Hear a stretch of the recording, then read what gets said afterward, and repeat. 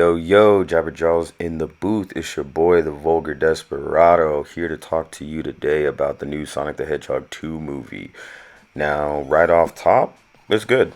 Simple as that. Video done. But honestly, just to really give a little bit more thoughts and in-depthness on it, overall, like, the film was really kind of a good like little love letter to the fans again.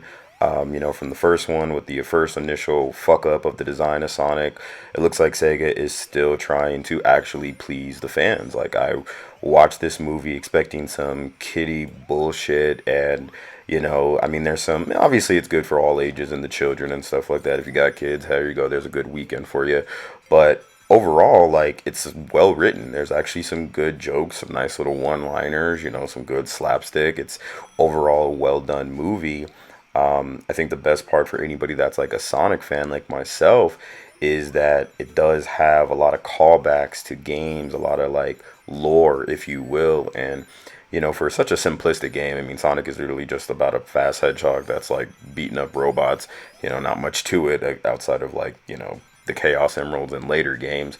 They really do expand on that, and in some ways you might find it questionable, but when you realize like, oh, this is kind of a simplistic game with a not super in-depth origin story, I was impressed with their attempts at expanding the lore. It's Sonic from the first one, and what like Sonic X and some other games too. They kind of make it like Sonic's like an alien basically. He's like from another planet, and they kind of do expand on that with Tails and Knuckles and some of the worlds that they talk about, which I thought was cool. At first I was like, that's not really in the original, but considering they needed to expand to make like a 2 hour film, it was done well. Some of the new features and new additions, I should say, Knuckles being the main biggest one, was tight. I honestly was real skeptical on Idris because that man just got too much of a grown man voice. Sonic, Tails are supposed to be what, like 16 at the most, 12, Tails at 12, and I mean, I think Knuckles is, maybe was 17 or 15. I don't know, but they don't really give ages too much in this one. But generally speaking, I thought his voice was going to be not right for the character. But I think for the type of character they have, it was perfect. Knuckles was. Well, I don't want to give like too much away. I do think people should go and actually watch this movie. Put your money where your mouth is, all that. But he was kind of he was funny. Knuckles was actually funny, and the way Idris played it, the way they kind of have the character, it's very much like Knuckles. He was all about the brawl, but he was basically an idiot, and it was fucking hilarious, and it worked perfectly with Idris's voice. He's all like, well, I don't want to give out the lines, but nonetheless, go check that shit out. Other things that were good, Tails, obviously. Tails was G. I was really excited that they got the voice of the original Tails. It felt kind of right. I kind of wish they had the original Sonic and Knuckles for that matter too. But I do think the two voice actors that played Sonic and Knuckles respectively are decent and in the role, and they fit the characters well. But for Tails, I like that they didn't, how do you say, like change up the character too much. I mean, kind of in the vein of like most movies, things are like woke and they need to change up characters to say, hey, they're more than this. Like they didn't go the route of trying to show Tails as some strong independent woman type deal. Tails was legitly Tails, and what kind of made that tight was the fact that in all of the Sonic versions, Tails looks up to Sonic. He looks up to him. That's his hero. That's his idol. And then they bring that back. They don't have Tails trying to be his own man, his own smart ass, any of that stuff. They're boys, but Sonic is still like his hero, and I like that. I like their relationship, their budding friendship. They have some nice kind of fun little adventures together.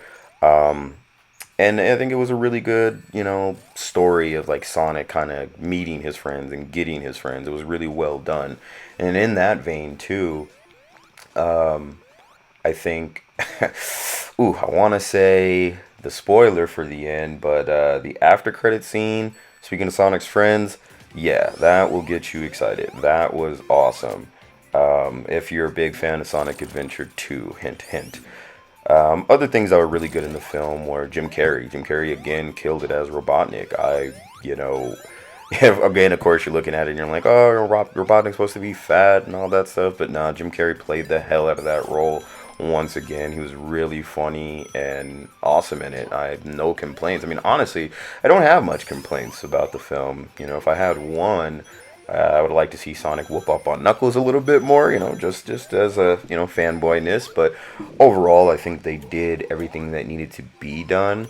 Again, there was no woke moments in the film. I would say though, the wokest thing that actually kind of got turned on its head was this.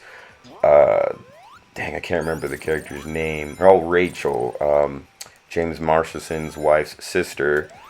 She's marrying Shamar Moore in the film, and you're kind of like, oh, this big chick marrying this, bruh. I don't believe that, and it felt like some wokish propaganda, if you know what I mean. Big girl with the prettiest man they can find, kind of a bullshit fantasy thing, but it's a nice little twist on that I won't spoil, and it's pretty funny, honestly. What else was good in this film? I mean, it looked pretty, looked really good. Good getting the girl with the graphics, not changing up his look to be too photorealistic or whatever the crap. Good humor, good action, good pacing. Overall, oh, and again, a lot of cool callbacks actually. A lot of cool Easter egg references. Again, if you remember Sonic Adventure 2, not to, give spoilers, but they dropped the name Gun of that government organization that, combats these kind of extraterrestrials, if you will. And not too big of spoilers. Sonic and his enemy Water appears in this film, and you get to see Sonic grabs the air bubble from anyone who's ever played a Sonic game. Period, knows what that's like. So that was really cool. I think overall, the writers of this film actually played the game, likes the games, actually cares about the fandom, and they made a good film in that. I mean, if you look at the Rotten Tomatoes score, you'll see critics are, they generally gave it a fresh rating. It could be a little bit higher, but the audience love it, and I think that's more reflective, not just because it's audience, but just because it's actually that decent of a film. You can watch it and not find yourself like being mind rotted because it's like a bunch of fart jokes for children, right? You're not going to find yourself annoyed because they have some propaganda heavy message in there. You're not going to find yourself disgusted because they bastardize the character that you know and love for the past 20 plus 30 years, Overall, it feels like a Sonic adventure. It feels like a Sonic movie. And it's like I said, there's a lot of real cool callbacks for the fans. Even the final battle kind of harkens to the Sonic OVA Japanese movie, if anyone knows or remembers that, where Sonic, Knuckles, and Tails, in the beginning of the movie, admittedly, do fight a giant Eggman robot with Eggman inside. And that, to me, felt like a callback. I mean, the robot was similar, except for the animated one had a cape. But outside of that, it felt kind of similar to that film. And I was like, man, I wonder. And whether it is or it isn't, the fact that it gives you that feeling of, yo, this is actually like some Sonic, that made it really worthwhile. For a sequel film, and not only just a sequel film, a sequel video game film, it's arguably the best around. I mean, if you go through the list of all the shitty ass superhero video game movies, this could probably be at the top. I mean, personally, Mortal Kombat 1 and Annihilation, I don't care what you say, Annihilation was sick.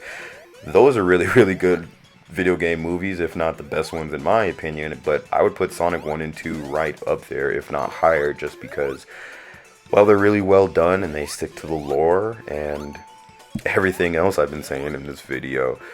I've been going on a little too long. Not much praise, more praise I can give. I would just say check it out. Show the movie some love. Put your money where your mouth is, and hopefully we can keep getting some more actually good video game adaptations, films out there, especially from Sega. I did hear in the grapevine one day they were trying to do a Yakuza one.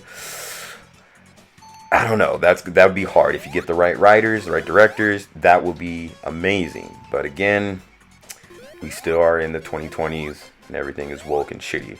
But this was not. So once again, go check out Sonic. It's a fantastic film, good for all ages and for Sonic fans all around.